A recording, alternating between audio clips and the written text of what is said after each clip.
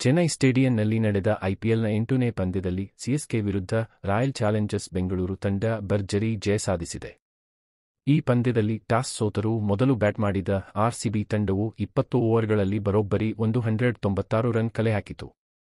197 ರನ್ಗಳ ಗುರಿ ಪಡೆದ ಚೆನ್ನೈ ಸೂಪರ್ ಕಿಂಗ್ಸ್ ಬ್ಯಾಟರ್ಗಳಿಂದ ನಿರೀಕ್ಷಿತ ಪ್ರದರ್ಶನ ಮೂಡಿಬಂದಿರಲಿಲ್ಲ. ಪರಿಣಾಮ 20 ಓವರ್ಗಳಲ್ಲಿ 146 ರನ್ ಗಳಿಸಿ ಸಿಎಸ್ಕೆ ತಂಡವು ತವರು ಮೈದಾನದಲ್ಲಿ 50 ರನ್ಗಳಿಂದ ಸೋಲೊಪ್ಪಿಕೊಂಡಿದೆ. ಈ ಸೋಲಿನ ಬೆನ್ನಲ್ಲೇ ಸೋಷಿಯಲ್ ಮೀಡಿಯಾದಲ್ಲಿ ವಿರಾಟ್ ಕೊಹ್ಲಿಯ ಫೋಟೋವೊಂದು ವೈರಲ್ ಆಗಿದೆ.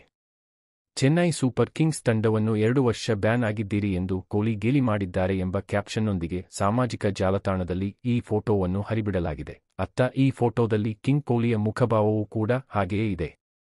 ಆದರೆ ಇದು ಕೊಹ್ಲಿಯು ಸಿಎಸ್ಕೆ ತಂಡವನ್ನು ಗೇಲಿ ಮಾಡಿದ್ದಲ್ಲ, ಬದಲಾಗಿ ರಾಯಲ್ ಚಾಲೆಂಜರ್ಸ್ ಬೆಂಗಳೂರು ತಂಡವು ಬ್ಯಾಕ್ ಟು ಬ್ಯಾಕ್ 2 ಗೆಲುವು ದಾಖಲಿಸಿದೆ ಎಂದು ವಿಕ್ಟರಿ ಸಿಂಬಲ್ ತೋರಿಸಿರುವುದು.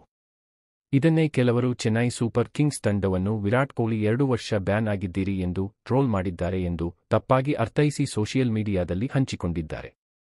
ಇದೀಗ ಈ ಫೋಟೋಗಳು ವೈರಲ್ ಆಗಿದ್ದು 2016 ಮತ್ತು 2017ರಲ್ಲಿ ಸಿಎಸ್ಕೆ ತಂಡ ಬ್ಯಾನ್ ಆಗಿದ್ದ ವಿಷಯವು ಮತ್ತೊಮ್ಮೆ ಚರ್ಚೆಗೀಡಾಗಿದೆ.